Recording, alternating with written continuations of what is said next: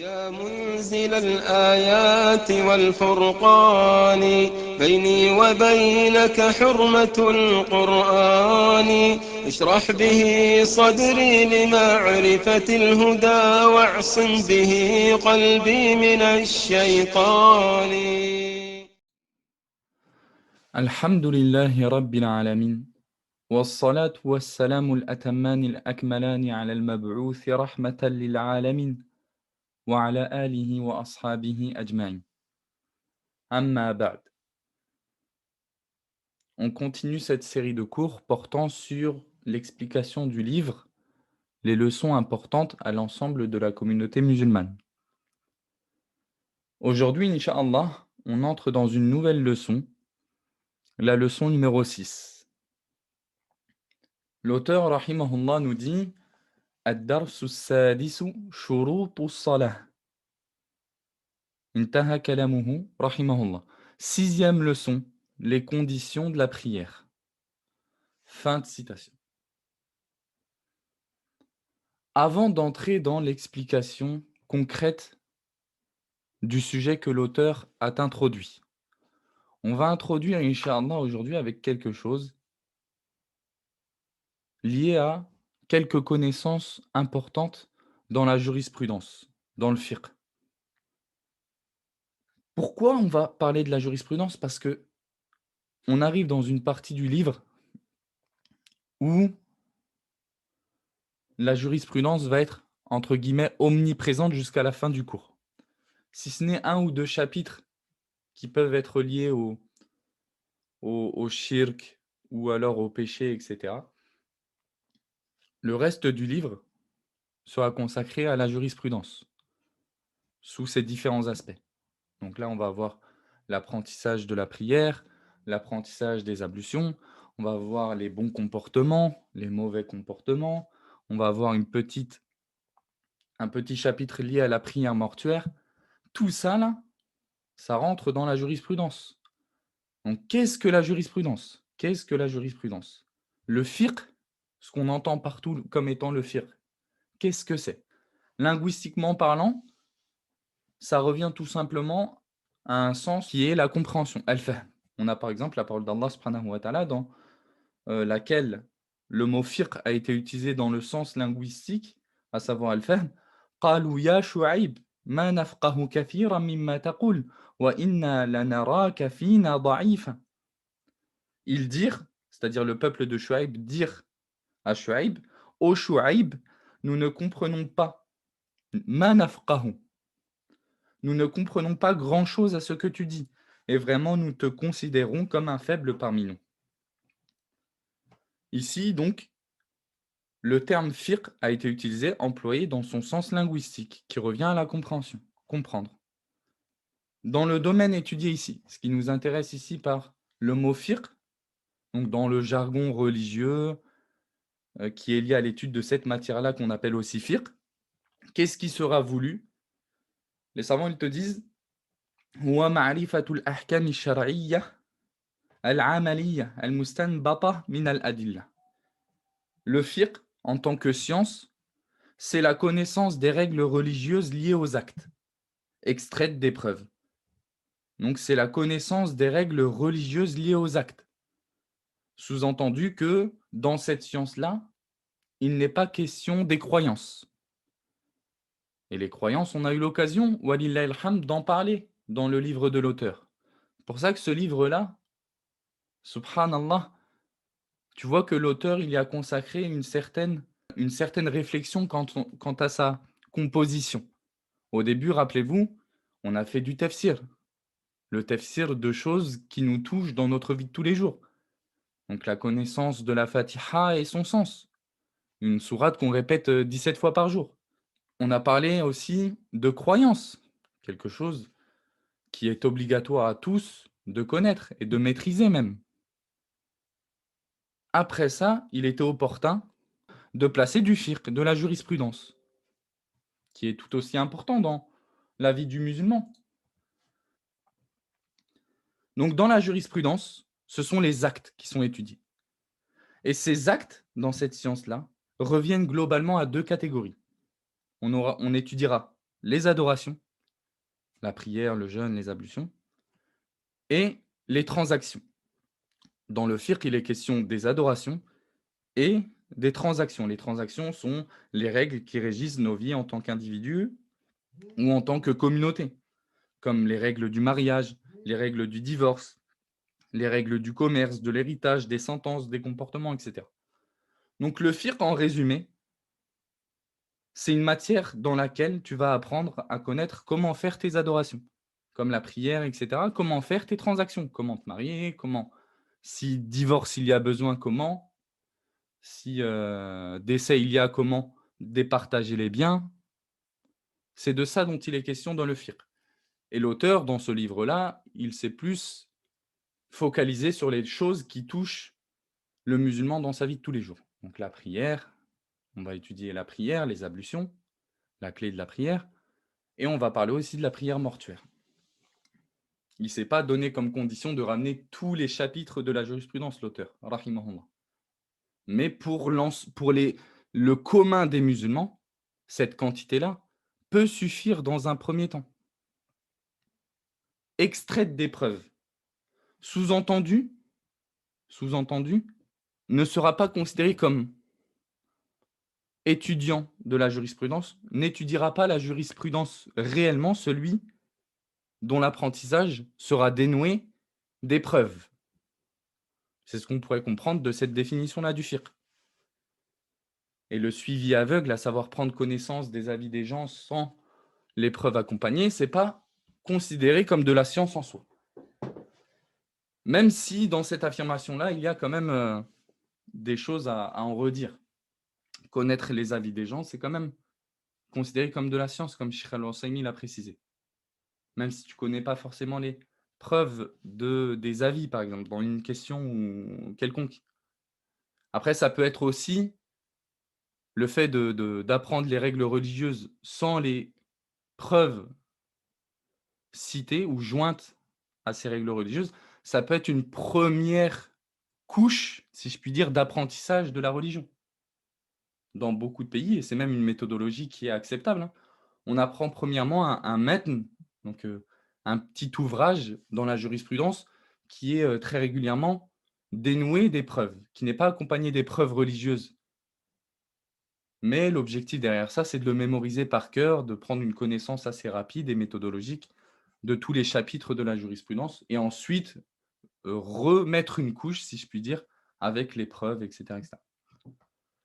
Bref, il est bien de rappeler, comme je l'ai mentionné ci-contre, les sources acceptables dans la jurisprudence, les arguments acceptables dans la jurisprudence islamique. Lorsqu'on cherche à argumenter de quelque chose, avancer quelque chose dans la jurisprudence, il faut avancer des arguments acceptables. Ce n'est pas tout argument qui va desservir ta prise de position. Et ça, c'est quelque chose d'important dans ta vie de tous les jours. Dans un débat quelconque que tu peux avoir quelqu'un sur un sujet religieux, c'est important de savoir qu'est-ce qui est légitime en tant qu'argument et qu'est-ce qui ne l'est pas. Il y a des gens, tu les vois argumenter avec des choses qui n'ont ni queue ni tête dans la jurisprudence ou pire encore dans la croyance. Je me rappelle d'une personne une fois qui essayait par exemple de justifier l'autorisation de la musique, donc des instruments de musique, de par le fait que l'enfant, quand il entend de la musique, il se peut qu'il soit amené à bouger. Comme s'il essayait d'indiquer que la prédisposition naturelle, elle était enjaillée par la musique. Wal'iyadhu billah. En quoi c'est un argument face à tous les hadiths et même au verset de Surat Luqman qui vient interdire la musique? Un argument qui n'a ni queue ni tête. Tout ça parce que la personne, elle ne savait même pas ce qu'était un argument religieusement. Donc tu es là, toi, tu tiens une argumentation basée sur le Coran, sur la Sunna, comme on va le préciser, et une personne en face de toi qui n'a aucune connaissance de l'argumentation légitime dans la religion et qui explose tout ce que tu as construit par un tel argument fallacieux. Bref, les sources dans la jurisprudence, il y en a qui sont sujettes à unanimité entre les savants, dont l'utilisation, dont la légitimité, si vous préférez, est sujet à unanimité entre les savants. Personne ne refuse cette source-là en tant qu'argument dans la religion, dans la jurisprudence, et d'autres sources qui sont sujettes à divergence, dont l'utilisation est sujette à divergence. Parmi les arguments qui sont acceptables pour tous les savants dans la jurisprudence, on a le Coran, on a la Sunna du prophète sallallahu alayhi wa sallam. Donc le Coran, la parole d'Allah subhanahu wa ta'ala, révélée à Mohammed sallallahu alayhi wa sallam. On a la Sunna du prophète sallallahu alayhi wa sallam, toutes les paroles, tous les faits et dires, les approbations qui nous sont apportées authentiquement du prophète sallallahu alayhi wa sallam. C'est ce qu'on appelle la Sunna. Et c'est un argument acceptable dans la jurisprudence islamique et dans la religion de manière générale. Et ai-je vraiment besoin de donner des preuves quant au fait que ces deux points-là, précédents, le Coran et la Sunna, soient des sources argumentatives chez le musulman? Normalement, non. Normalement, je n'aurais pas besoin d'apporter des preuves que le Coran et la Sunna sont des arguments légitimes dans la jurisprudence et dans la religion de manière générale. Mais malheureusement, pour la Sunna, aujourd'hui, on a des gens qui se permettent de refuser cette dernière. Donc, on cite quand même une preuve. Allah subhanahu wa ta'ala, il dit « Man yuti'ir rasula faqad ata'a Allah, wa man tawalla fama arsalnaka alayhim hafiza » Celui qui obéit au messager aura certes obéi à Allah. Dans ce verset-là, on a bien le fait que l'obéissance au messager, c'est l'obéissance à Allah subhanahu wa ta'ala. Et celui qui se détourne, c'est-à-dire de l'obéissance au messager, alors nous ne t'avons pas envoyé pour eux comme protecteur. Une très grande menace.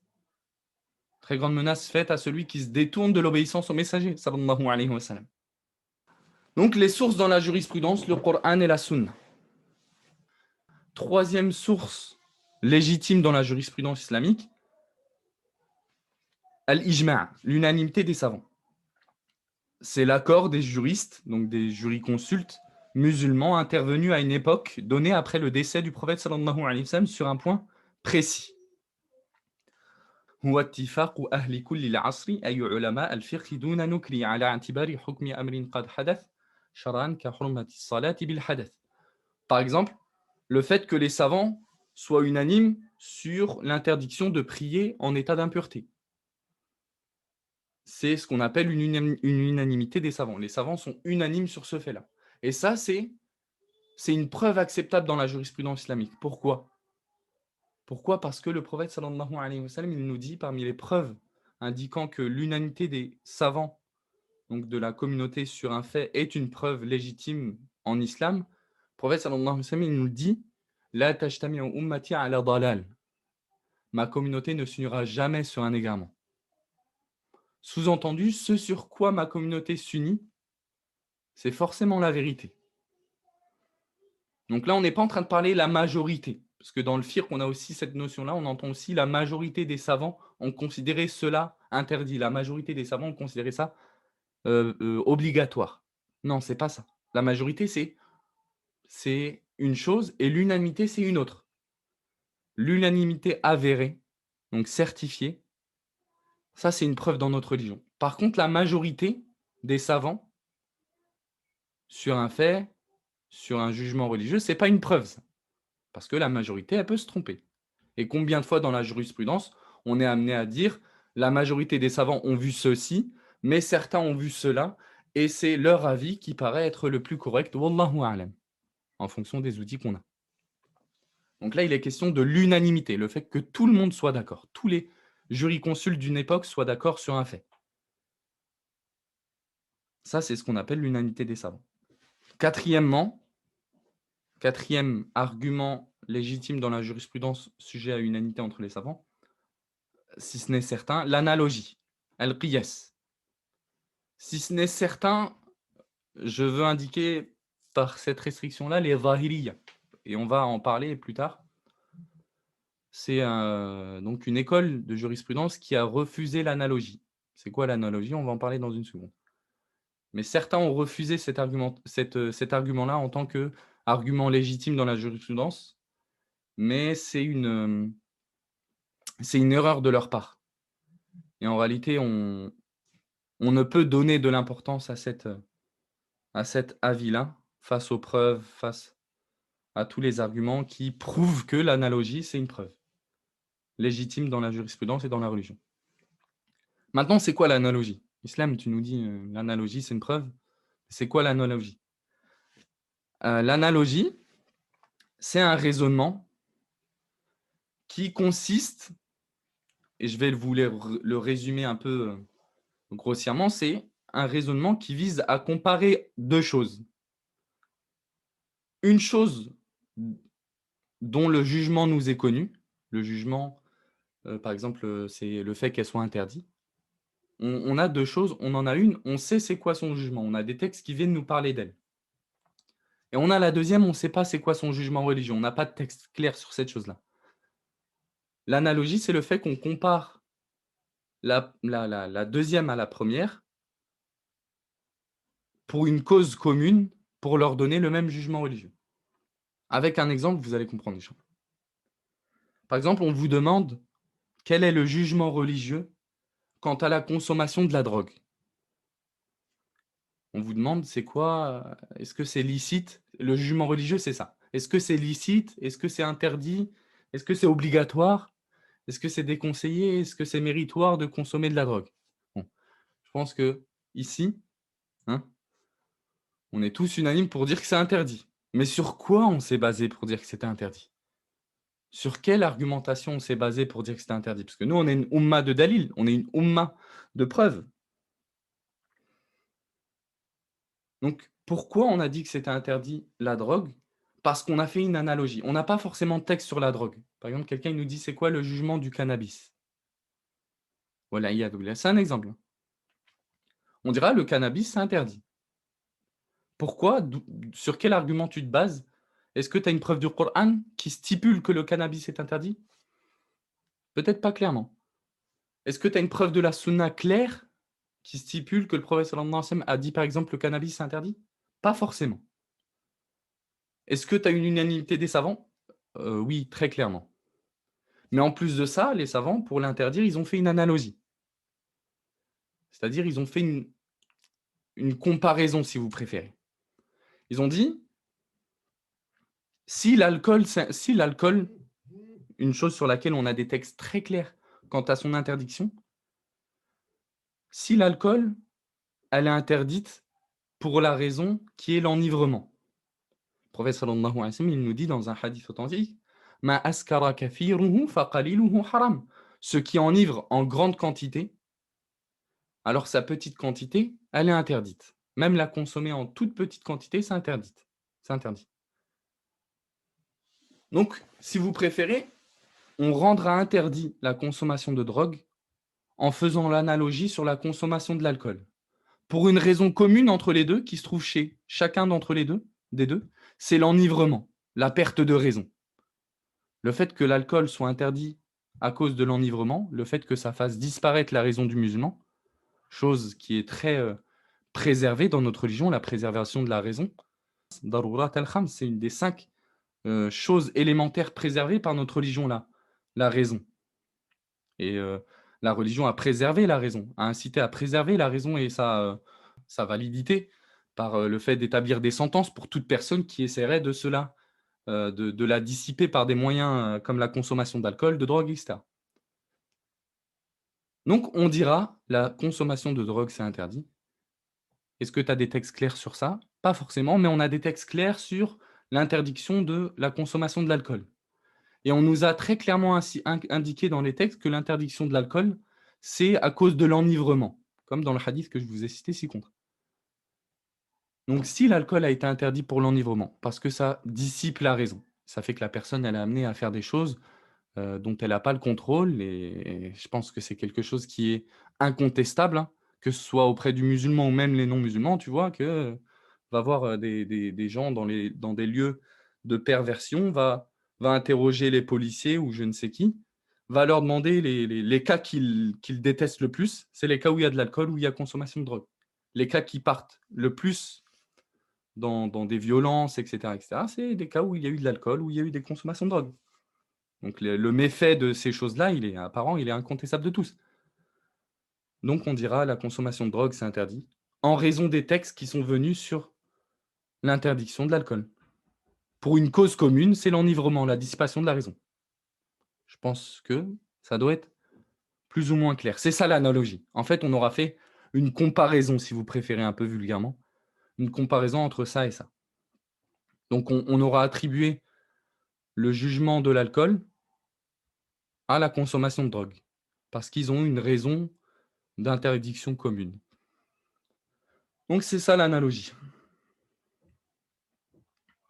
Et après, on a d'autres arguments qui sont utilisés dans la jurisprudence, mais dont la légitimité est sujette à divergence entre les savants, comme le fait de s'argumenter de l'avis du compagnon, l'avis d'un compagnon par exemple. Certains savants, ils considèrent que l'avis du compagnon, ça peut être un argument dans la religion, et c'est un avis très fort. C'est un avis très fort si on y ajoute des conditions. Par exemple, comme celle que Cheikh Al-Wathaymin il a précisée dans son explication de l'Bayqouniya, page 53, il nous dit, par exemple, à partir du moment où la parole d'un compagnon ou l'acte d'un compagnon ne contredit pas le Coran ou la Sunna, ou qu'un autre compagnon ne le contredise pas, on peut être amené à mettre son avis en avant et à utiliser ça comme une argumentation. Alors que ce n'est pas forcément un argument en soi, surtout s'il contredit le Coran ou la Sunna. Là, dans ces cas-là, on mettra le Coran en avant, sans aucun doute. Et c'est déjà arrivé dans la jurisprudence qu'on fasse ça. Non pas que le compagnon, il ait contredit le Coran et la Sunna volontairement, ça, il a une excuse pour ça, bien sûr, c'est ce qui nous apparaît. On a une bonne opinion des compagnons.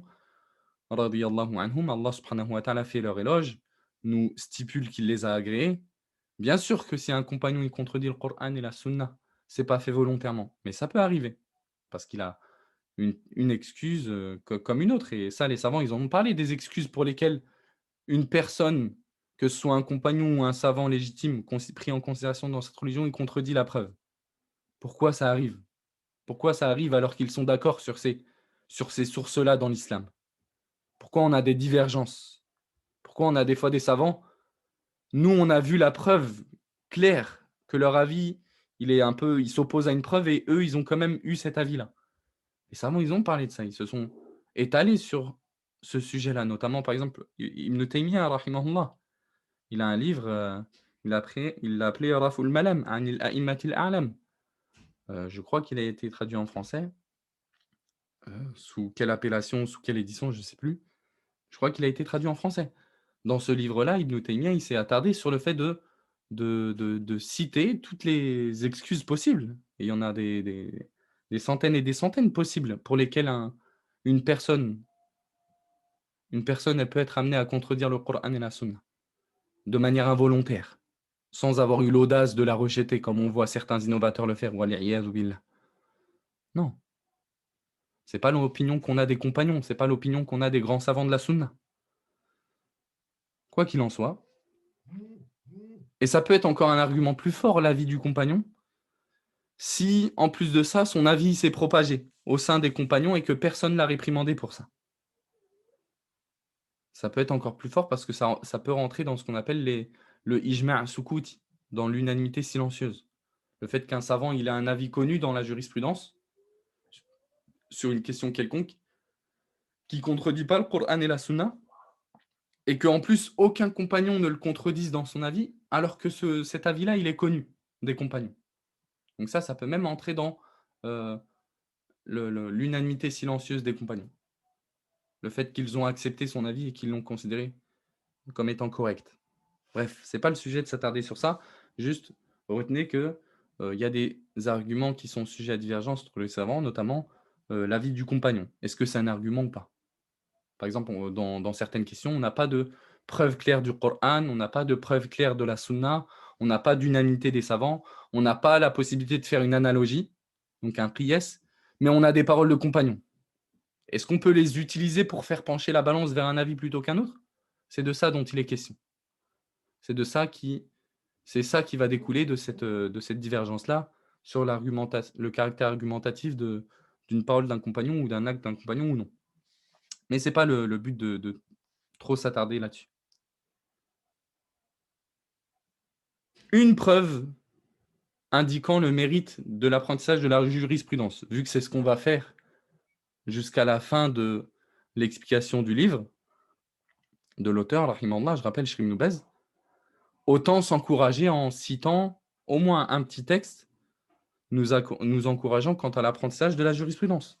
Même si ce texte-là, il a une portée générale pour toute la science religieuse. Et on aurait pu le citer au début même du livre, qu'il aurait été opportun. Le prophète sallallahu alayhi wa sallam, il nous dit au sujet de euh, l'apprentissage, la connaissance religieuse de manière générale, "Ma yuridillahu bihi khayran yufaqihu fid din." Celui à qui Allah subhanahu wa ta'ala veut du bien, veut un bien, il lui accorde la compréhension de sa religion. Et ça, c'est un hadith dont les leçons sont énormes, subhanallah.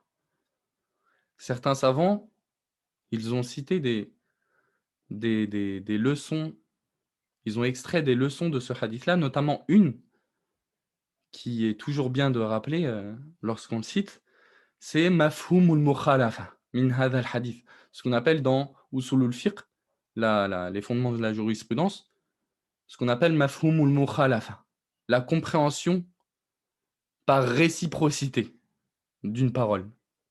Lorsque le prophète sallallahu alayhi wa sallam nous dit celui à qui Allah subhanahu wa ta'ala veut du bien, il lui accorde la compréhension de sa religion. Les savants, ils ont interpellé sur une leçon, ils ont dit donc si Allah, lorsqu'il veut un bien pour son serviteur, il lui accorde la compréhension de sa religion, la bonne compréhension de sa religion, hein, bien sûr, on précise la bonne compréhension de sa religion, la compréhension de la bonne croyance, si telle est la situation, alors par réciprocité, on peut comprendre que celui à qui Allah subhanahu wa ta'ala ne veut pas un bien, il ne lui accorde pas la compréhension de sa religion. Et c'est pour ça que j'aime rappeler, lorsque je cite ce hadith-là, qu'il faut qu'on observe notre situation dans notre vie de tous les jours par rapport à ce hadith-là. Est-ce que où t'en es par rapport à l'apprentissage de ta religion? Est-ce que tu t'efforces de l'apprendre ou tu es négligent quant à son apprentissage? Il y a peut-être une déduction à faire. Je veux pas, bien sûr, on n'est pas là pour dire, du coup, la personne qui n'a pas la bonne compréhension de sa religion, qu'elle commence à désespérer. Parce que c'est qu'Allah ne lui a pas voulu un bien. Non, c'est pas ça l'objectif. C'est pas cette crainte-là qu'on veut susciter chez le serviteur lorsqu'on lui cite ce hadith-là. Non, ce qu'on veut lui faire, ce qu'on veut susciter chez lui, c'est justement un réveil. Si tu veux vraiment qu'Allah subhanahu wa ta'ala t'aime, apprends sa religion. Apprends ta religion.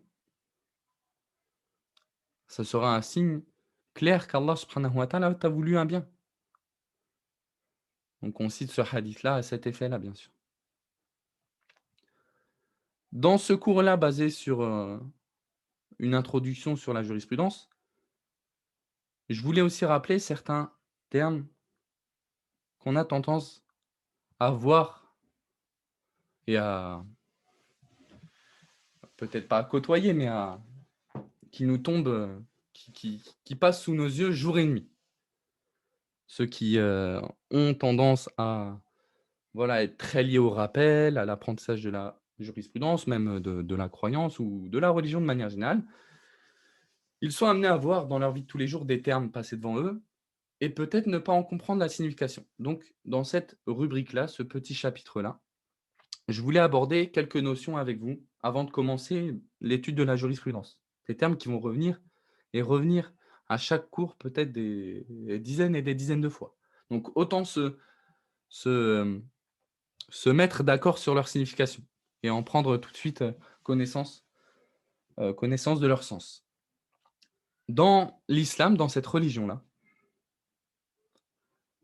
toute chose, quelle qu'elle soit, on peut lui donner globalement 5 jugements religieux, 5 statuts religieux. Toute chose, en ce bas monde même, j'ai envie de dire, possède forcément l'un de ces 5 jugements religieux. Wallahu a'lam, si quelque chose s'échappe à la règle, échappe à la règle. Selon ma connaissance, rien s'échappe à cela. À part si on lui donne un autre jugement religieux qui n'est pas ceux qui vont suivre. Mais globalement, c'est toute chose, tout acte, toute parole, elle est sujette à l'un de ces 5 jugements religieux-là. Et vous allez comprendre de quoi je veux parler. On a 5 jugements religieux et je vous les ai illustrés par un petit tableau et après on va les détailler ensemble. on a, dans notre religion, on sera amené à parler de choses que l'on va nommer, qualifiées comme étant obligatoires. Des actes ou des paroles que l'on va qualifier comme étant obligatoires. On va parler de paroles quelquefois conseillées. On va parler de paroles ou actes permis. On va parler d'actes ou de paroles déconseillés, d'actes ou de paroles interdits. Donc, prenons tout de suite une bonne méthodologie et on va les définir ensemble. On a dans notre religion quelquefois des choses qui vont être qualifiées comme étant obligatoires.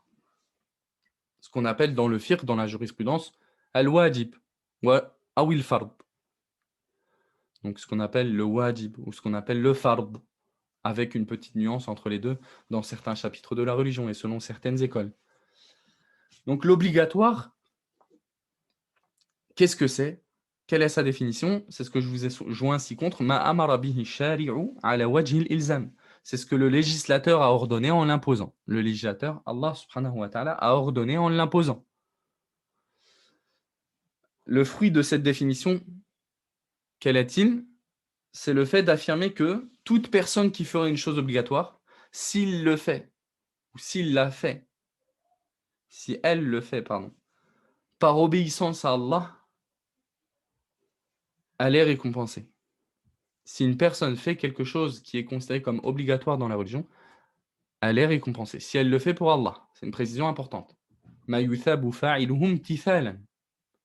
S'il le fait pour Allah, il est récompensé. Et il mérite, on précise bien, il mérite un châtiment s'il le délaisse. وَيَسْتَحِقُّ تَارِكُهُ الْعِقَابَ أو الْعُقُوبَةَ. Exemple de choses obligatoires, les 5 prières quotidiennes. Le jeûne de mois de Ramadan, quelque chose d'actualité. Le jeûne de mois de Ramadan, c'est une obligation. Plus encore, c'est un pilier. C'est encore plus fort dans le caractère obligatoire. Le fait qu'une chose soit un pilier. C'est une obligation et plus.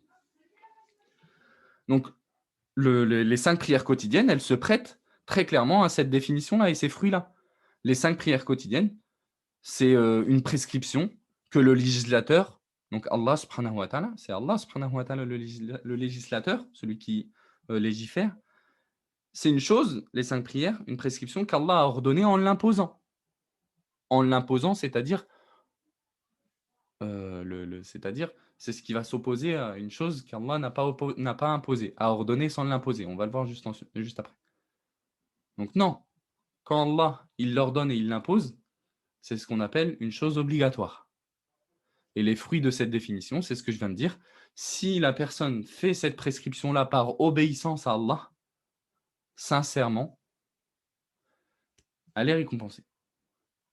Et la personne qui délaisse l'obligatoire, elle mérite un châtiment. Elle mérite un châtiment auprès d'Allah.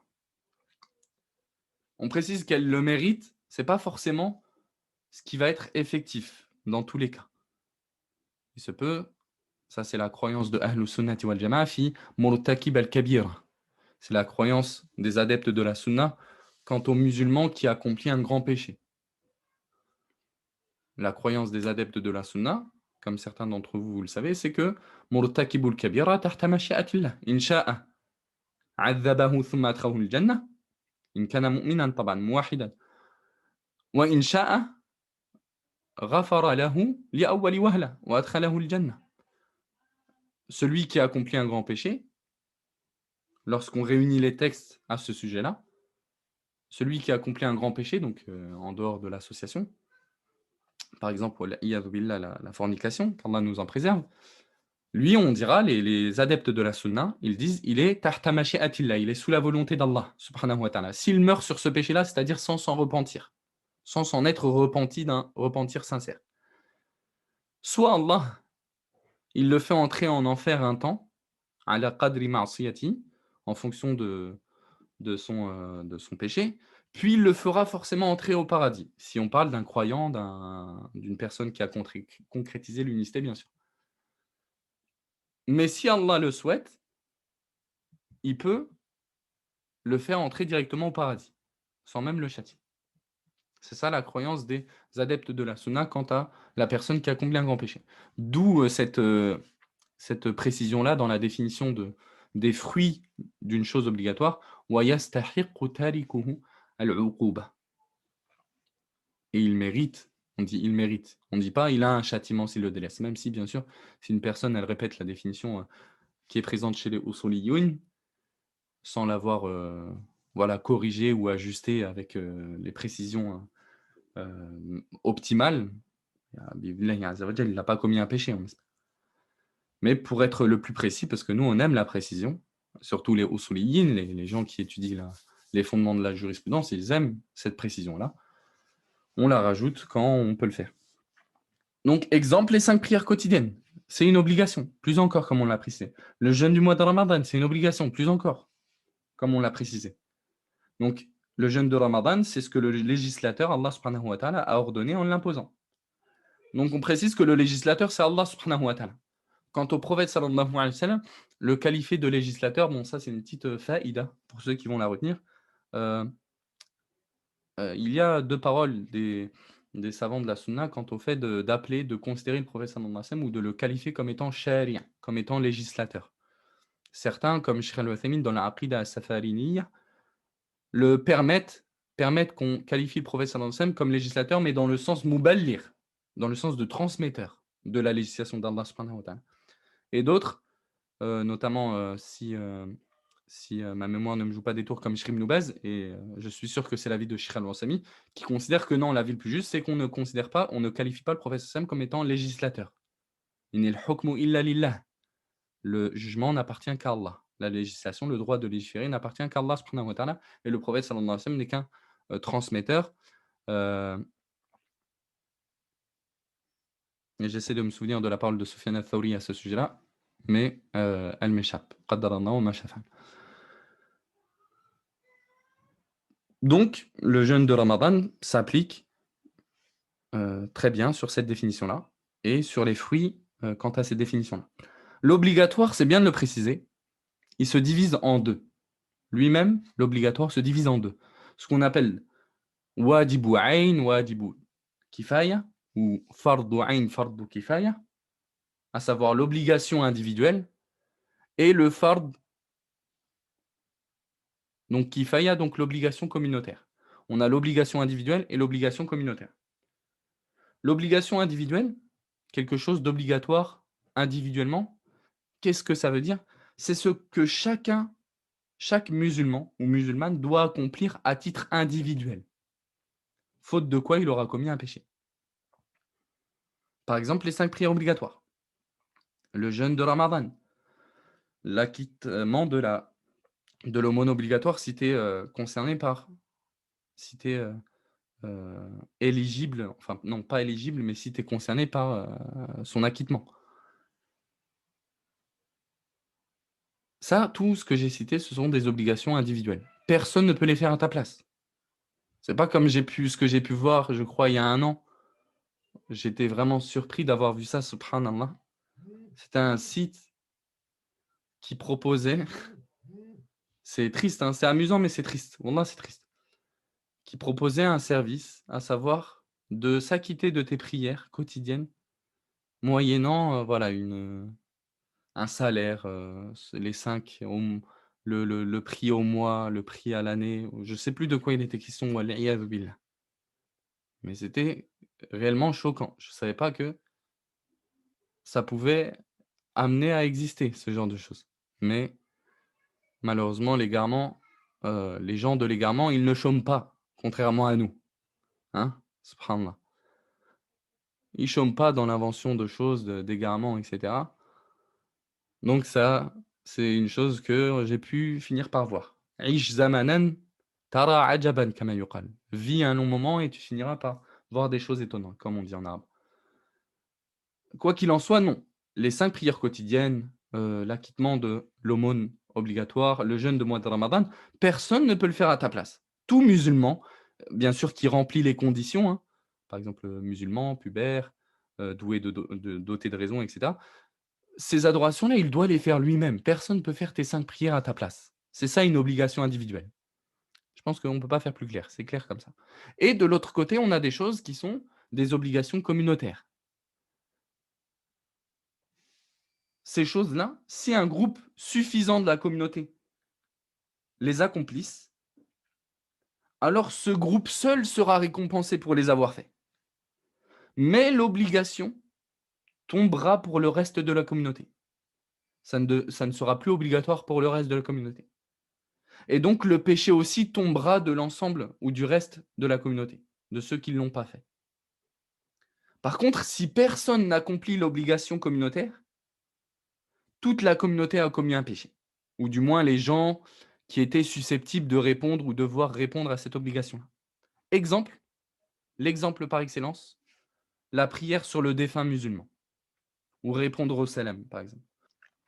La prière sur le défunt. Salatul janaz. C'est une obligation. Mais une obligation communautaire. Tant qu'un groupe suffisant le font, lorsqu'il y a une janaza, s'il y a un groupe suffisant pour l'établir, pour s'en charger, alors ceux qui sont allés prier sur ce défunt-là, bien sûr que eux seuls sont récompensés, pas ceux qui ne sont pas allés le faire. Mais en se chargeant de cela, c'est toute la communauté, ou du moins tous les gens qui étaient concernés par la réponse à cette obligation-là, qui sont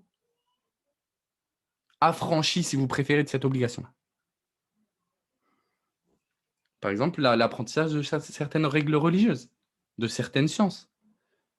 L'apprentissage de certaines sciences religieuses, donc ce qui dépasse, par exemple, la quantité obligatoire pour l'individu dans sa religion, ce sont des obligations communautaires. Par exemple, la mémorisation du Coran.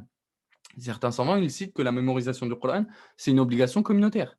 Tant qu'il y a un groupe suffisant de musulmans qui s'en charge, alors l'obligation de le mémoriser pour le reste de la communauté tombe. Mais si tous les musulmans délaissaient l'apprentissage du Coran, c'est tous les musulmans qui seraient dans le péché. Si vous avez compris ça, vous avez compris la différence entre l'obligation communautaire et l'obligation individuelle.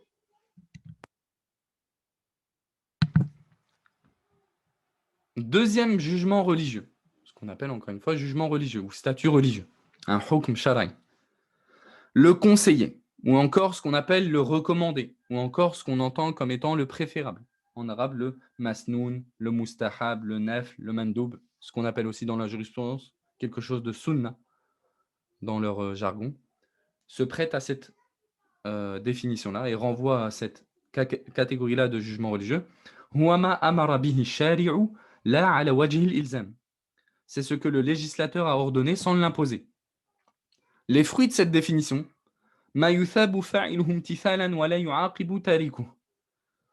c'est son auteur lorsqu'il fait quelque chose de conseillé, lorsque la personne fait quelque chose qui est conseillé dans notre religion, qui est recommandé, qui est préférable, elle est récompensée. Si elle le fait pour Allah subhanahu wa ta'ala, bien sûr. Mais elle ne commet pas de péché si elle le délaisse. Elle n'a pas de sentence, de punition si elle le délaisse. Si ce n'est comme Cheikh Suleiman al-Ruhaili nous a dit pendant son explication de l'usul min ilm al-usul, si ce n'est le fait qu'effectivement il y a un châtiment quand même, c'est qu'elle se prive d'un bien. Et donc elle se prive de l'augmentation de sa foi. Comme vous le savez, la foi chez les adeptes de la sunna et du consensus, elle augmente par at-ta'at, par les obéissances. Et elle diminue bil ma'siyah. Et le fait que, entre guillemets, la personne ne saisisse pas l'opportunité de la faire augmenter, c'est une sorte de diminution de foi, comme Cheikh Suleiman al-Ruhani nous en faisait la remarque. Mais nous, on reste sur la définition un peu officielle, hein, sans chercher forcément tout le temps la notation, la précision absolue dans les définitions, histoire qu'on comprenne. Donc, la chose recommandée, c'est une chose. Si la personne, elle le fait pour Allah subhanahu wa ta'ala, elle mérite une récompense. Et si elle le délaisse, à la base, dans l'absolu, elle n'encourt pas une punition ou un châtiment. Exemple, jeûner 3 jours chaque mois. Les jours blancs, par exemple. C'est une sunna. C'est une sunna.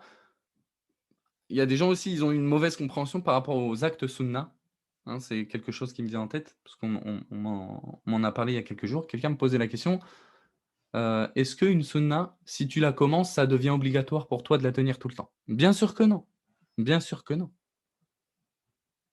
Bien sûr que non. Et effectivement, c'est triste que le musulman il prenne habitude d'une chose et qu'il finisse par la délaisser, bien sûr. Ça témoigne d'un fait, c'est voilà, l'affaiblissement incontestable de sa foi, qu'Allah subhanahu wa ta'ala nous augmente en foi. Mais en soi, religieusement parlant, jurisprudentiellement parlant, c'est pas obligatoire de te tenir à quelque chose de sunna que tu as commencé. Et c'était ça dont il était question lorsque la personne m'a questionné. C'était pas plus tard qu'hier d'ailleurs. Voilà, il y a des gens qui s'empêchent de jeûner 3 jours dès les jours blancs, un mois quelconque, parce qu'il pense que ça devient obligatoire pour lui de le faire chaque mois. Non. Si tu es assez fort un mois pour jeûner ces 3 jours-là, fais-le. Même si tu n'es pas sûr de l'être, d'être entre guillemets assez motivé pour le faire dans d'autres mois. Non, fais-les maintenant. On ne sait pas si c'est cette adoration-là peut-être qui te préservera de l'enfer. Troisième jugement religieux, ce qui est permis, licite. Ce qu'on appelle en arabe le halal, le jaiz, le mubah.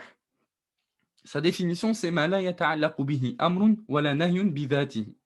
C'est ce qui n'est ni lié à un ordre, ni lié à un interdit en soi. On précise bien en soi. Pourquoi? Pour une petite précision qui va venir. Les fruits de cette définition-là. Ils te disent, les savants, ma la yuthabu ala fi'lihi al-'abd wa la yu'aqabu ala tarkihi li dhatihi. C'est ce sur quoi son auteur n'est pas forcément récompensé en le faisant, ni en la délaissant, à la base. Exemple, manger, boire, dormir. Ce sont des choses permises, licites à l'origine, en soi. Tu n'es pas en soi récompensé pour manger et tu n'es pas en soi puni pour manger. Ce sont des choses mondaines. Ce ne sont pas des adorations. Mais leur définition, comme je vous l'ai dit, ils aiment la précision, les savants, surtout de usul al-fiqh, des fondements de la jurisprudence. Donc, ils ont ajouté cette restriction en soi ou à la base, bidhatihi ou lidhatihi. Pourquoi? Car il se peut qu'une chose originellement licite finisse par prendre un autre jugement religieux parmi les 4 restants pour l'objectif vers lequel elle mène ou pour une chose à laquelle elle se rattache. Vous allez comprendre encore une fois avec des exemples. Exemple dans lequel une chose qui est originellement illicite, mais qui devient interdite. Par exemple, comme je vous ai mis ici contre, conduire. En soi, c'est permis. En soi, conduire, c'est permis. Quelqu'un te demande quel est le jugement de conduire, d'apprendre à conduire, tu lui dis c'est permis. C'est permis de conduire. Il n'était pas demandé dans la religion, le législateur ne t'a pas demandé de conduire, et le législateur ne t'a pas demandé de ne pas conduire. Mais si c'est pour se diriger vers un endroit interdit, alors, à ce moment-là, par exemple, quelqu'un, wal'iyadhu billah, il veut aller en boîte. Wal'iyadhu billah.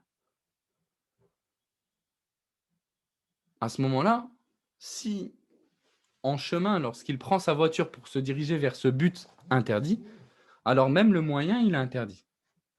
Chaque mètre qu'il est en train de parcourir et par lequel il est en train de se rapprocher de ce but illicite, pour celui-ci, il est dans le péché. Imaginez, wal'iyadhu billah. Pourquoi? Parce que les savants, ils te disent al-wasa'il laha hukmul maqasid. Les moyens, ils ont les mêmes jugements que leur finalité.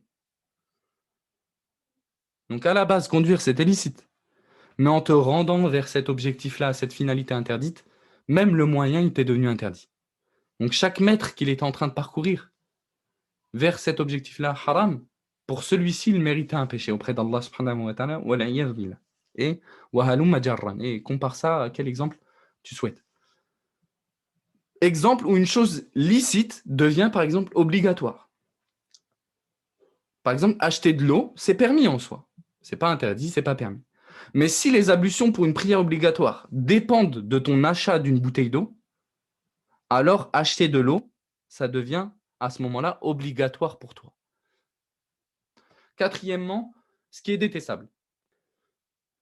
Une chose détestable, ou alors déconseillée dans la religion, ce qu'on appelle en arabe le makrouh.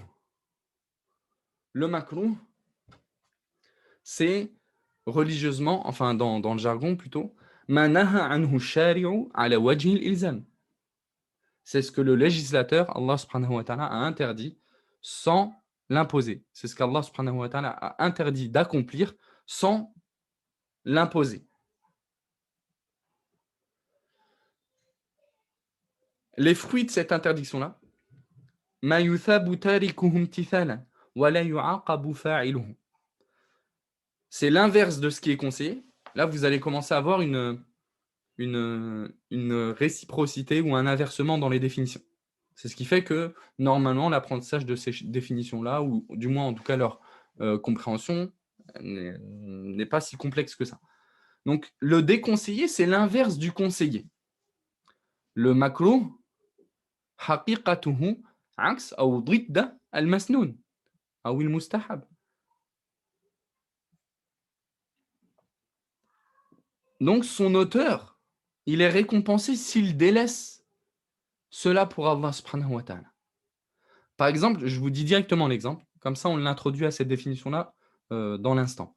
Par exemple, prendre ou donner de la main gauche. Si on prend l'avis de la majorité qui se limite au fait de dire, la majorité des savants, ils se limitent au fait de dire que prendre ou donner de la main gauche, c'est makruh, c'est pas interdit. D'accord? C'est juste détestable. Si la personne, si son auteur délaisse cela pour Allah, si son auteur délaisse le fait de donner une chose de la main gauche, pour Allah subhanahu wa ta'ala, en ayant conscience qu'il se rapproche d'Allah subhanahu wa ta'ala par cela, sincèrement, il a une récompense, il est récompensé pour cela. Mais s'il le fait, s'il donne de la main gauche, encore une fois, en se basant sur l'avis de la majorité sur cette question-là, la personne n'aura pas commis de péché. La personne ne mérite pas de châtiment pour cela. Et prends l'exemple que tu souhaites d'une chose que tu connais comme étant détestable, tu l'appliques à cette définition, ça marche. Cinquièmement, l'interdit, l'illicite. Une chose interdite, illicite, dans le fiqh, dans la jurisprudence, dans l'islam, ça veut dire quoi? C'est ce qu'on appelle en arabe le haram ou le muharram. Les savants, ils te le définissent en disant ma naha anhu shari'u ala wajhi al-ilzam. C'est ce que le législateur subhanahu wa ta'ala a interdit d'accomplir en l'imposant. Les fruits de cette définition-là, en prenant l'exemple tout de suite, par exemple le fait de boire de l'alcool. Le législateur, il a interdit de boire de l'alcool en imposant l'interdiction. Donc ça se prête bien à cette définition-là. C'est ça que ça veut dire interdit, de boire de l'alcool. C'est ce que le législateur, Allah subhanahu wa ta'ala, a interdit formellement, si vous préférez même. C'est ce qui vient le distinguer du makruh. Parce que le makruh, la chose détestable, c'est une chose qu'Allah subhanahu wa ta'ala a interdit aussi. Mais sans l'imposer, si vous préférez. Donc, on l'applique aussi à la définition des fruits, enfin du moins aux fruits de cette définition-là.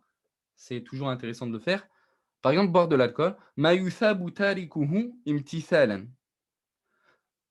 L'inverse de ce qui est obligatoire. Remarquez bien, les définitions sont réversibles par rapport à l'interdit et l'obligatoire, le makruh et le mustahab. C'est pour ça que dans le poème de l'Waraqat te dit وَضَابِطُ الْمَكْرُوهِ عَكْسُ مَا نُدِبْ كَذَلِكَ الْحَرَامُ عَكْسُ مَا يَجِبْ.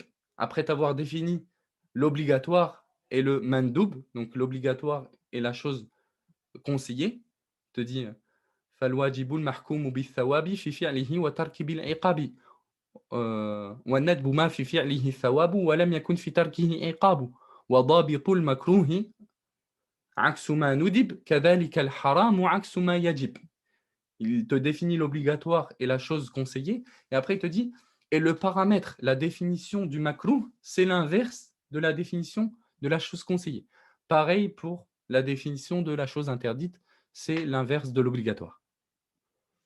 Donc si tu connais la définition de l'obligatoire, théoriquement, tu connais la définition de l'interdit. Il se peut que ces terminologies n'aient pas le sens qu'on vient de leur donner dans l'absolu. La particularité du terme makruh.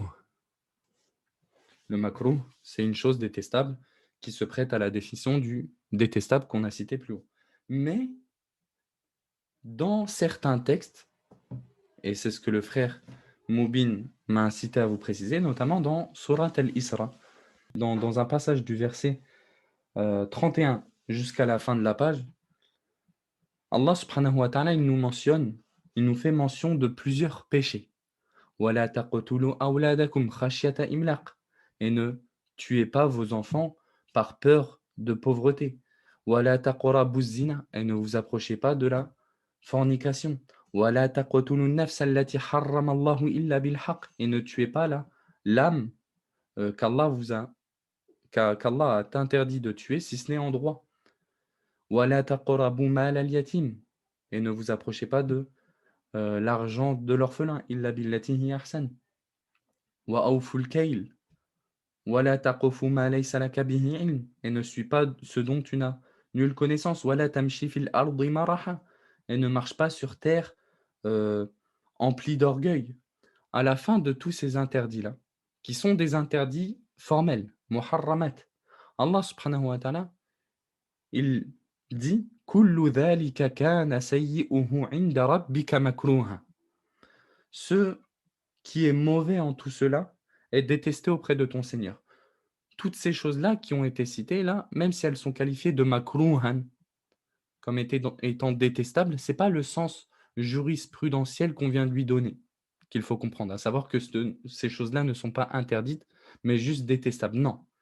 Pourquoi? Parce que cette définition-là du makruh, ce n'est pas forcément dans l'absolu. Ce n'est pas tout texte dans lequel nous vient le terme makruh ou ses déclinaisons qu'il faut comprendre forcément que c'est déconseillé, pas interdit. Non. Dans certains textes, par exemple celui-ci, dans certains contextes, ou même, autre précision, dans les paroles de certains pieux prédécesseurs, on trouve l'emploi du terme al-karaha, donc du caractère détestable, ce qu'on pourrait traduire par le fait qu'une chose soit détestable, mais qui est utilisé dans le sens interdit. Certains pieux prédécesseurs, ils utilisaient la terminologie makruh pour le muharram. C'est une petite précision que le frère m'a rappelé de vous souligner, jazahullahu khairan. Et nous, on essaye de se précipiter quant au fait de terminer ce cours-là, qui dure quand même depuis un certain temps. On va essayer de le clôturer. On en arrive à une autre notion à comprendre lors de l'apprentissage de la jurisprudence, à savoir la notion de madhahib ou de madhab, d'école de jurisprudence. Qu'est-ce que c'est une école de jurisprudence? Qu'est-ce que c'est un madhab? Et son pluriel madhahib. Linguistiquement, le terme madhab, il renvoie à la racine dhahaba, yadhabu, dhahaban, ou dhuhuban, etc., etc. Et son sens linguistique, si on pourrait le traduire, ce serait quelque chose de naha nahwahu, se diriger vers, aller vers. Pour ça, hein, les nouveaux arabophones qui se lancent dans l'apprentissage de la langue arabe, ils en arrivent très rapidement à apprendre ce verbe, dhahaba, ila, etc. Aller vers, se rendre à, etc. Donc ça, c'est son sens linguistique. Et jurisprudentiellement, donc dans cette science-là, qu'est-ce que c'est un madhab? Une chose qu'on entend régulièrement, cette notion-là d'école, de jurisprudence, etc. Dans la jurisprudence, le madhab, dans son sens premier, hein, que j'ai qualifié ici comme étant le sens réel, c'est ce que Abul Khattab a mentionné comme étant madhabul insan ma qalahu aw dalla alayhi bima yajri majra al-qawli min tanbihin aw ghayrihi. C'est originellement le madhab d'une personne, c'est ce qu'il dit ou ce qui indique son avis, sa parole, au même titre que le fait sa parole, comme la remarque ou autre. Bon, c'est pas très clair tout ça, mais en résumé, le madhab d'une personne, c'est son avis. Son avis, donc qu'il soit verbal ou alors que il soit sous-entendu par ses gestes ou par ses approbations, etc. On applique cette définition-là, par exemple, à l'imam Ahmed.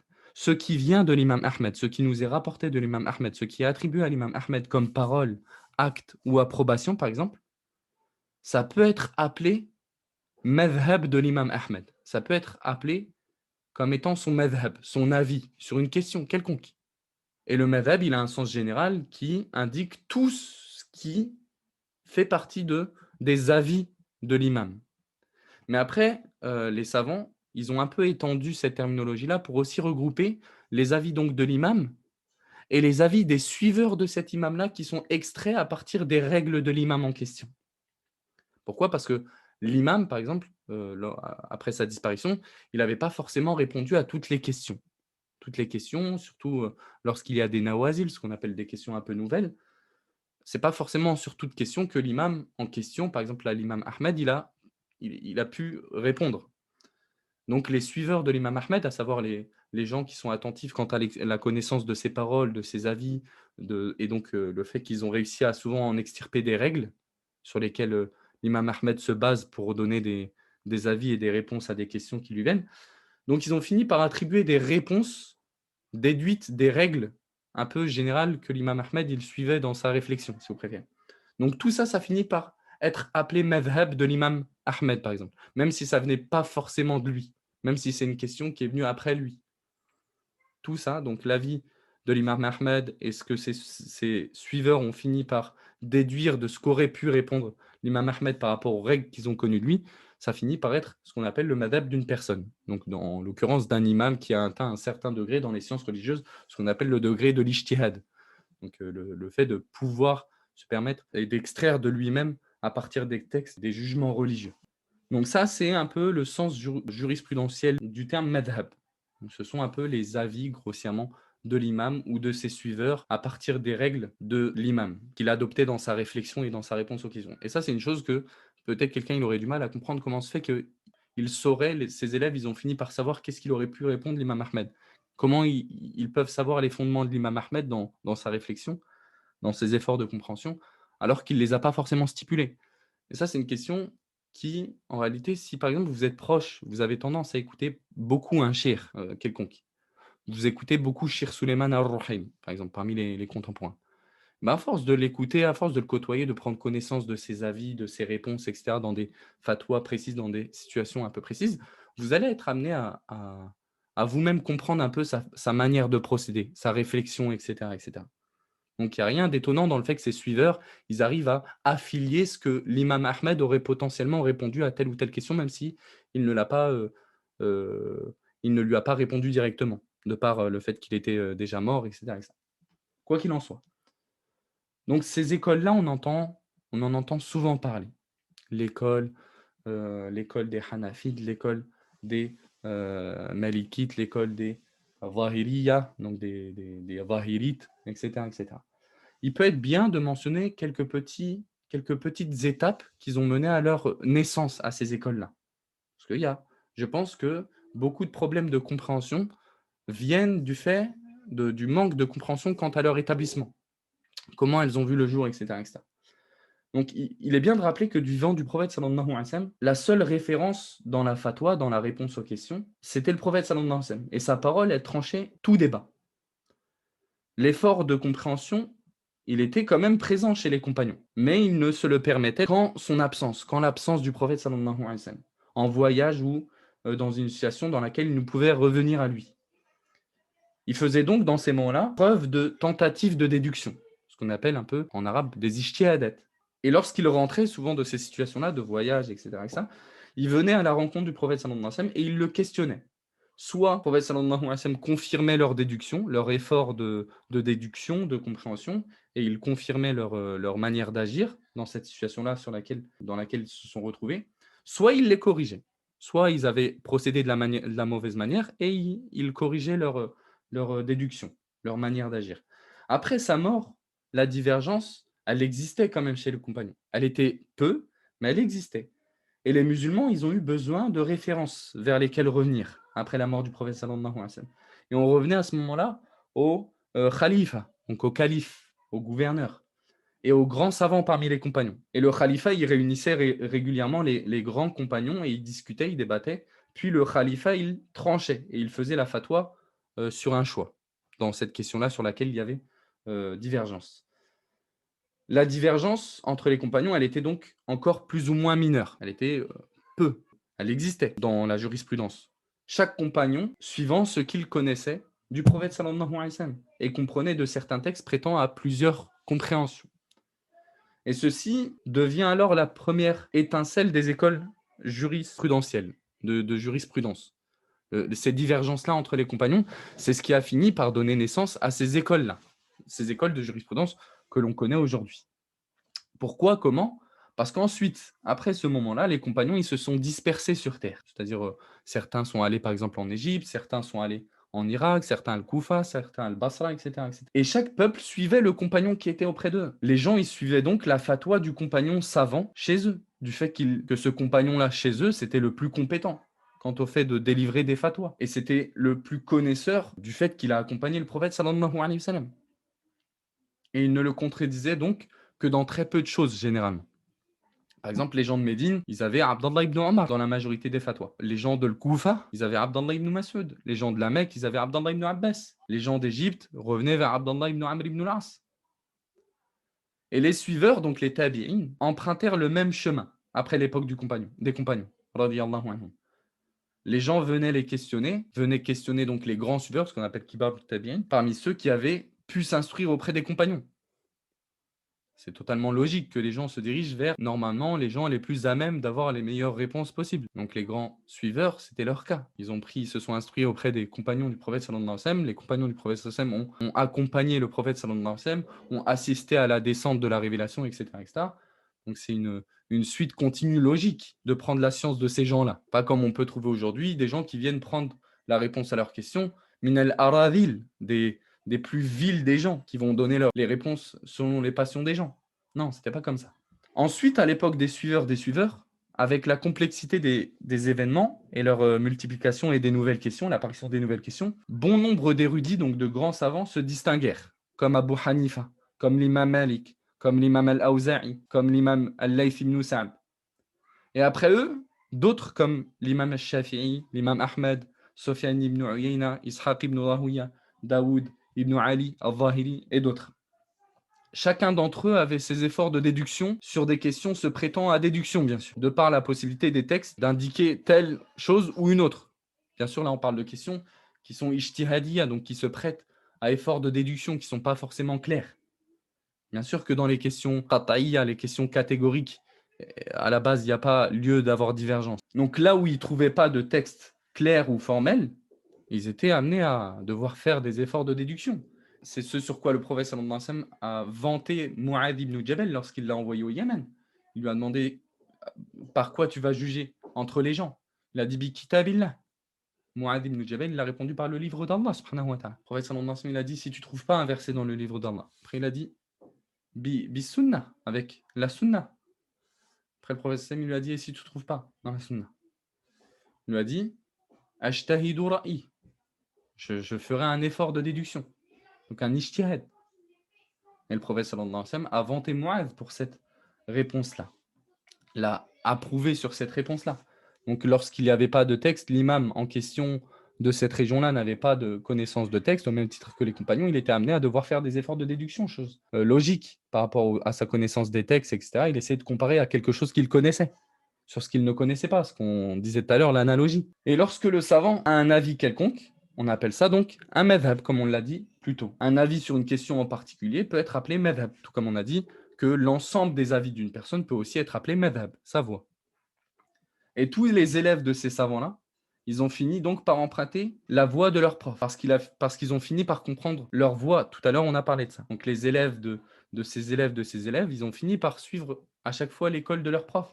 Et donc à suivre sa méthodologie, à suivre sa réflexion dans la déduction des règles religieuses. Quand bien même ils étaient amenés à les contredire dans certaines questions, ils ont quand même globalement, par exemple, suivi leur réflexion dans leur manière de répondre à des questions. Ce qui fait que très rapidement, on est arrivé aux gens qui propageaient la méthodologie de Abu Hanifa, la méthodologie de l'imam Malik, la méthodologie de Al-Layth ibn Sa'd, la méthodologie de, par exemple, jusqu'à que se propagent de multiples écoles, donc affiliées à un imam en question. Mais à travers les époques, la plupart de ces écoles-là ont fini par quasiment disparaître, si ce n'est ces 5 écoles les plus connues. On a encore les avis de certains compagnons dans certaines questions, qui sont encore présents dans certains livres. On a encore les avis de certains suiveurs dans certaines questions. On peut trouver encore les avis de, par exemple, l'imam Al-Awza'i. Donc ces avis, s'ils avaient été propagés, on va dire, avec une quantité assez grande, si les élèves de cet imam, ils avaient propagé ces avis de manière assez consistante, on aurait aujourd'hui, par exemple, la possibilité de voir l'école Awza'i, l'école de l'imam Al-Awza'i. Donc à savoir tous ces avis, etc., qui sont propagés. Toutes ces déductions qui sont propagées. Mais, qaddarallahu ma sha'afa'al, Les écoles aujourd'hui les plus présentes et les mieux desservies, les mieux préservées, sont les 5 qui sont connues aujourd'hui. Sinon, à la base, il y a plus que 5 écoles. Il y a plus que 5 écoles. Il y a autant d'écoles qu'il y a de mujtahidoun, qu'il y a de gens qui ont atteint ce degré de connaissance qui avaient la capacité d'extraire les règles religieuses des textes directement. L'imam al-Awza'i, Ishaq ibn Rahouyah, tous ceux qu'on a cités et d'autres. Et la cause qui a permis à ces 5 écoles de perdurer, celles qu'on connaît aujourd'hui, et qui sont voilà, les plus présentes dans le monde musulman, c'est la multitude des élèves de l'imam en question et la présence de gens qui ont desservi ces écoles en regroupant, en inscrivant ces avis dans des livres et en les enseignant aux gens. Aujourd'hui, l'école, les efforts de déduction de l'imam al-Awza'i, ils ne sont pas assez consistants pour en faire, par exemple, une école. Ils ne sont pas assez consistants. On n'a que ces avis dans quelques questions qui nous sont parvenus. Parce que, par exemple, ces élèves, ils n'ont pas, qaddarallahu ma shafa'al, ils n'ont pas propagé ces avis au même titre que l'ont fait les élèves de l'imam Malik, les élèves de l'imam Abu Hanifa, etc. Et c'est ce qui donne aujourd'hui lieu à ces 5 écoles les plus connues et les plus suivies dans le monde musulman. Donc, par exemple, on a le madhab al-Hanafi, affiliation à l'imam Abu Hanifa, né en 80 de l'Hégire, mort en 150 de l'Hégire. Et j'ai essayé de citer peut-être une distinction à chaque fois de l'imam et une distinction à chaque fois de son école par rapport aux autres, histoire que la faïda soit présente, la leçon subtile ou utile soit présente pour les personnes si elles veulent un petit peu retenir une distinction de chaque école, même si bien sûr qu'il y a des livres et des livres à écrire sur chacune de ces écoles et ces distinctions. Par exemple, ce qui a été cité comme étant des distinctions du madhab al-Hanafi, c'est le fait que Abu Hanifa, du fait que les hadiths étaient moins propagés là où il était, et qu'en plus de ça, dans sa région, les inventeurs de hadiths étaient très nombreux, Abu Hanifa, il acceptait pas les hadiths, si ce n'est avec des conditions très dures. Ce qui fait que Abu Hanifa, son madhab soit plus basé sur ce qu'on appelle ar-ra'i. C'est d'ailleurs pour ça que son madhab, donc le madhab al-Hanafi, il est aussi appelé madhab ahli ar-ra'i, donc l'école des gens du ar-ra'i. Donc ar-ra'i, ici, c'est l'ijtihad, comme je vous l'ai précisé ci-contre. Donc son école, elle est énormément basée sur les efforts de déduction. Parce qu'en en quantité de hadith, il avait moins accès peut-être aux hadiths qu'ont eu accès, qu'ont eu l'occasion d'avoir les autres imams qu'on va citer après. Et c'est ce qui fait une déduction de son école. Son école, elle s'est propagée énormément, soit en Irak, au Chem, en Égypte, au Yémen. Et je vous ai aussi cité une petite partie, à savoir les illustres représentants. Parmi ces illustres représentants de l'imam al-Hanafi, on a Abu Yusuf al-Qadri, mort en 182 de l'Hégire. On a Mohammed ibn al-Hassan, mort en 189 de l'Hégire. On a Ibn Nujaym, mort en 970 de l'Hégire. Le madhab maliki, al-madhab al-maliki, affiliation à l'imam Malik ibn Anas, mort en 93 de l'Hégire, né en 93 de l'Hégire, et mort en 79 de l'Hégire. Savant du fiqh et du hadith. Lui, l'imam Malik, rahimahullah, il a eu l'occasion de réunir entre le fiqh et le hadith. Et il s'est distingué d'Abu Hanifa dans le fait qu'il soit, comme je l'ai dit, en plus d'être un très grand savant dans la jurisprudence, un très grand savant dans les sciences du hadith. Parmi les distinctions de son école, donc de sa méthodologie, si vous préférez, dans la jurisprudence, il s'est distingué par l'argumentation de la pratique des gens de Médine, ce qu'on appelle Amal Ahl al-Madina. C'est une chose qui est propre à son madhab, à son école, à savoir le fait de s'argumenter de ce sur quoi il trouvait les gens de Médine à son époque. Donc il mettait en avant, après le Coran et la Sunna, ce sur quoi il trouvait les gens de Médine, parce que l'imam Malik, c'est à Médine qu'il résidait. Et il partait du principe, pourquoi il en est arrivé à mettre en avant ce sur quoi il trouvait les gens de Médine, après le Coran et la Sunna, parce qu'il partait du principe, il considérait que les gens de Médine avaient avec eux le messager sallallahu alayhi wa sallam et les compagnons, et que les gens de Médine ont pu hériter des questions de la religion des compagnons, radiyallahu anhum, à ce temps-là, et qu'ils ne peuvent donc s'unir sur une chose si ce n'est qu'elle leur est venue d'une sunna du prophète sallallahu alayhi wa sallam. Donc il considérait de ce fait-là ce sur quoi il trouvait les gens de Médine comme une référence. Si c'est une chose qui est mise en pratique chez les gens de Médine, c'est forcément que ça a une base, c'est que c'est une référence pour lui. Et on le voit dans certains passages de son Muwatta, par exemple, là, une chose qui me vient en tête dans le chapitre du jeûne, ne voir aucun mal quant au fait de jeûner le vendredi en soi, seul, parce qu'il a trouvé les gens de Médine le faire et ne pas voir de mal là-dedans. Alors qu'on a des hadiths qui sont venus interdire ce jeûne-là, de jeûner vendredi seul, comme ça, dans cette intention-là. Donc tout ça parce qu'il a trouvé les gens de Médine en train de le faire. Là, je ne suis pas en train de débattre si c'est une règle, si c'est à tort ou à raison que de choisir, de se baser sur cette argumentation-là. Bien sûr qu'elle a ses failles, que les savants ont précisé, mais là, c'est surtout le but de citer une de ces distinctions-là.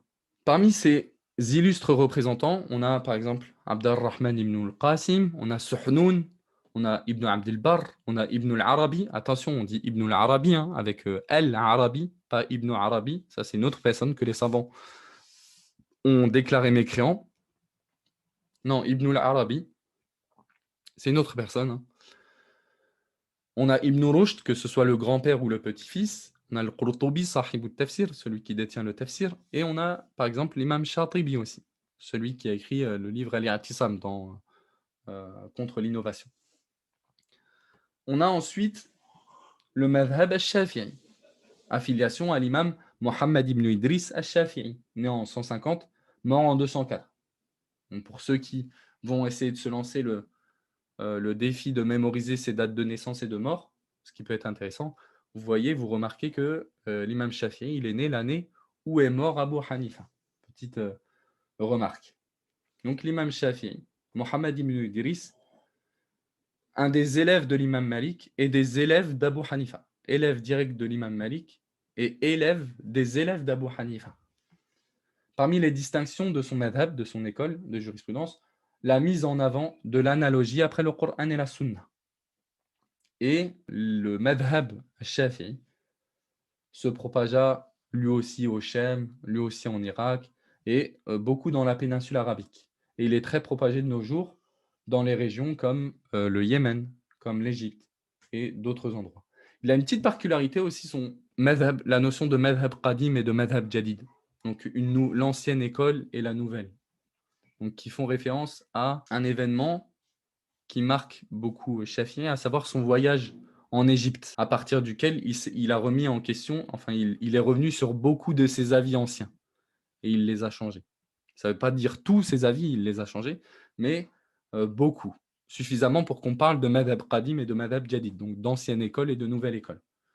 Et il n'y a aucun problème là-dedans, hein. Bien sûr que l'humilité scientifique veut qu'on en apprenne tous les jours, et même nous, dans notre vie de tous les jours, il se peut que cette année, on soit d'un avis sur une question, et l'année d'après, on ait eu accès à des outils qu'on n'avait pas précédemment, et qui nous font changer d'avis sur une question de jurisprudence quelconque. Parmi ces illustres représentants, on a Abu Thawr, Al-Daraqutni, Al-Bayhaqi, Al-Baghdadi, donc Al-Khatib Al-Baghdadi, bien sûr, Al-Nawawi, Ibn Hajar, et d'autres. On a, quatrièmement, le madhab al-Hanbali, affiliation à l'imam Ahmad ibn Hanbal.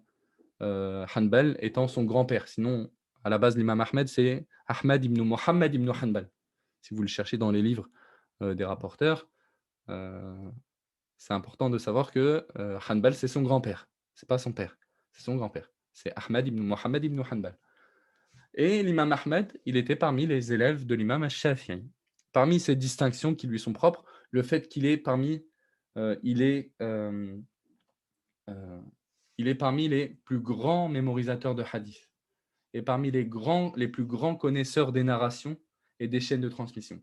Il est même dit qu'il mémorisait alfa hadith, donc à savoir 1 million de hadiths. Rahimahullah. Parmi les distinctions de son madhab, de son école, la mise en avant de la parole du compagnon, radiyallahu anhu, quelconque, du compagnon quelconque, hein, radiyallahu anhum, lorsqu'il ne lui a pas trouvé de compagnon s'opposant à lui. Donc c'est une chose qu'on a légèrement souligné tout à l'heure lorsqu'on parlait des preuves légitimes dans la jurisprudence, on en a parlé tout à l'heure. Et cela car généralement pour lui, si le compagnon il a une parole, il a dû la tenir du prophète sallallahu alayhi wa sallam. C'est pas forcément si simple que ça, hein. Bien sûr que pour que ça tienne en une page, il y a sûrement des affirmations qui nécessitent des détails, etc.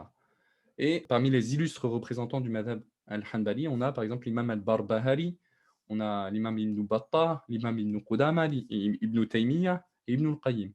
Et le cinquième madhab, qui est aussi très connu encore aujourd'hui et préservé et sauvegardé, on a le madhab al-Zahiri. Le madhab al-Zahiri, à savoir, c'est difficile de lui donner une traduction directe comme ça. Il fait référence, il est affilié à l'imam Daoud al-Zahiri. Daoud ibn Ali al-Zahiri, mort en 281 de l'Hégire. Mais ce qui est connu chez les gens, chez le commun des gens, c'est son affiliation à Ibn Hazm. Ce nom-là vous dit quelque chose, mort en 456 de l'Hégire. Pourquoi? Parce qu'il est celui qui l'a propagé grandement et l'a desservi le plus, notamment avec son livre Al-Muhalla et d'autres. Parmi les distinctions de cette école-là, de ce madhab-là, le rejet de l'analogie. Donc le fait qu'il rejetait le qiyas, ce qu'on a mentionné tout à l'heure. Cette école-là se contente de l'apparence des textes, l'unanimité et les paroles des compagnons. Et ce madhab, aussi quelque chose à préciser, il est très souvent critiqué, quelquefois injustement même, c'est ce qui est problématique, c'est par rapport à son rejet, bien sûr c'est une erreur, hein, de l'analogie. Il est très critiqué par rapport à ça. Et à juste titre par rapport à son rejet de l'analogie. Et beaucoup le critiquent aussi pour les avis marginaux qui peuvent s'y trouver. Il est beaucoup critiqué aussi et mis en dérision par rapport aux avis marginaux qui peuvent se trouver dans cette école-là. Bien qu'il a aussi des avis très pertinents.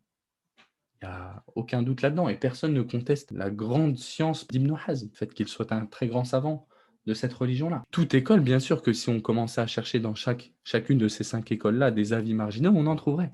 Ça peut être un point un peu, quelquefois ce que c'est un peu un point à tort reproché à l'imam Ibn Hazm, ou du moins au madhab Zahiri, ça peut être par exemple ses avis marginaux, parce que dans chaque école, il y en a. Mais souvent, ces critiques, elles sont faites pour ces deux raisons-là, enfin du moins pour l'une d'entre elles qu'on a citée, son rejet de l'analogie, c'est une erreur claire, mais aussi pour faire fuir quelque peu d'Ibn Hazm, comme je vous l'ai dit, qui est le plus grand représentant de cette école-là, parce qu'il était connu pour la dureté de ses expressions envers son opposant, envers son adversaire dans le débat.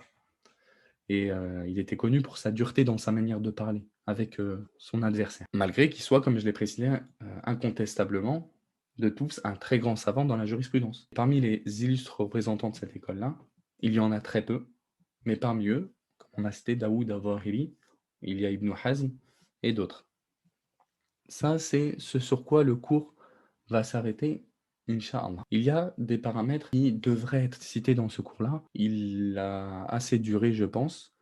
Et c'est pour ça que en tant que référence complémentaire, pour répondre aux questions auxquelles on n'a pas eu le temps de répondre, je vous renvoie vers une vidéo qui va nous faciliter le travail, faire une vidéo du frère Ilyas Abou Roumaïssa, frère qui tient la chaîne YouTube Dictionnaire du musulman. Il a fait une vidéo il y a quelque temps sur les écoles de jurisprudence, les madahib, dans laquelle, comme à son habitude, il a expliqué de manière assez ordonnée les connaissances qu'il faut avoir quant à ces écoles-là.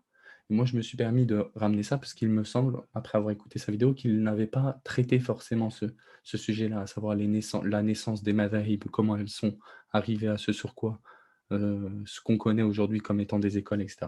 Et lui, il a ajouté bien sûr des points qu'on devrait amener. Est-ce qu'il faut obligatoirement suivre une école? Et il y a répondu. Est-ce qu'il faut forcément suivre l'une des 4? Est-ce que la vérité, elle est restreinte forcément dans les 4 écoles? La réponse, bien évidemment, non. Est-ce qu'il faut absolument suivre une école? Pas obligatoirement, même si on ne délaisse pas les avis des savants pour comprendre les textes. Mais imposer à quelqu'un le suivi d'une école, c'est une chose qui n'a jamais été faite par les savants depuis toujours. Il y a aussi un article que j'avais écrit il y a quelque temps à ce sujet-là. Je le mettrai en lien peut-être sur le PDF quand je le mettrai sur le canal Telegram. فنسأل الله تعالى بأسمائه الحسنى وصفاته العلى أن يغفر لنا وأن يرحمنا اللهم فقهنا في الدين واجعلنا من المخلصين اللهم اجعلنا مفاتيح للخير مغاليق للشر وسبحانك اللهم وبحمدك أشهد أن لا إله إلا أنت أستغفرك وأتوب إليك وصلى الله وسلم على نبينا محمد وعلى آله وأصحابه أجمعين.